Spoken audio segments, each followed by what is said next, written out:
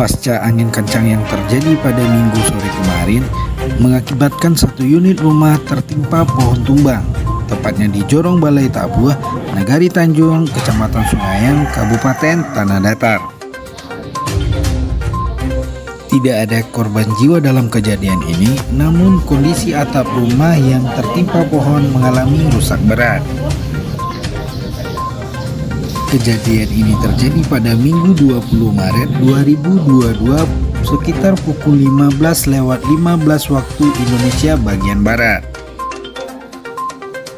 Pemerintah kecamatan yang dipimpin langsung oleh Camat Sungaiang Reni Susanti beserta jajaran dan tim dari Polsek Sungaiang terlihat sudah berada di lokasi kejadian. Pada hari ini kami meninjau lokasi pohon tumbang di Nagari Tanjung, yang tepatnya di Jorong Balai Tabuh, Nagari Tanjung. Yang kejadiannya pada hari Minggu kemarin jam 15.15. Kalau kondisi keluarga yang ditimpa musibah, rumah sekarang ini sudah tidak bisa didiami karena perlu perbaikan berat. Karena seluruh pohon menimpa seluruh bagian rumah sehingga menimbulkan keretakan dan kerusakan-kerusakan.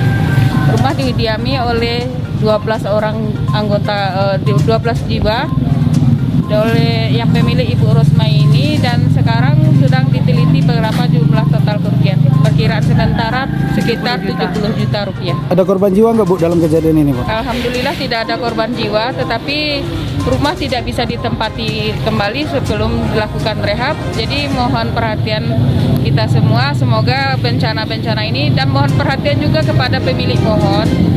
Bagi pohon-pohon yang berada di sekitar lingkungan, apabila membahayakan, tolong segera ditindaklanjuti.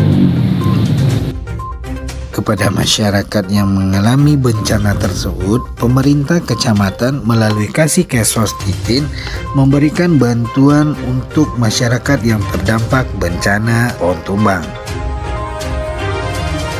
Safrizal Putra dari Balai Tabuh Jurnal Minang melaporkan.